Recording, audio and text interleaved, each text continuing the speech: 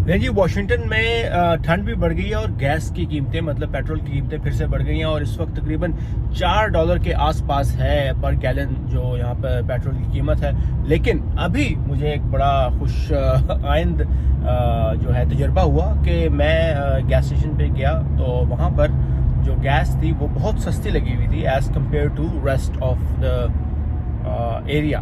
तो वहाँ पर हमें तकरीबन गैस $2.99 पर गैलन मिली, जो कि पिछले 1.5 साल में सस्ती तरीन गैस है। ये सस्ता तरीन पेट्रोल है जो मैंने डलवाया है अपनी गाड़ी में। और यूजुअली वो मेरी गाड़ी का टैंक जो कि 60 पैसे $70 में भरता था, आज सिर्फ $39.99 में फुल हो गया। 39 यानी $40 से भी कम में जो है पूरा टैंक गाड़ी का वो फुल हो गया। Alright, $2.99 and now it's under $40, exactly 13 gallons.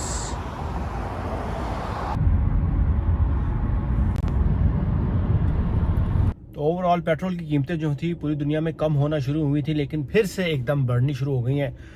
Petrol की जो बैरल की कीमत है, जो पेट्रोलियम है, उसकी 100 से ऊपर $100 से ऊपर पर बैरल थी, लेकिन अभी वो 87 तक आई है।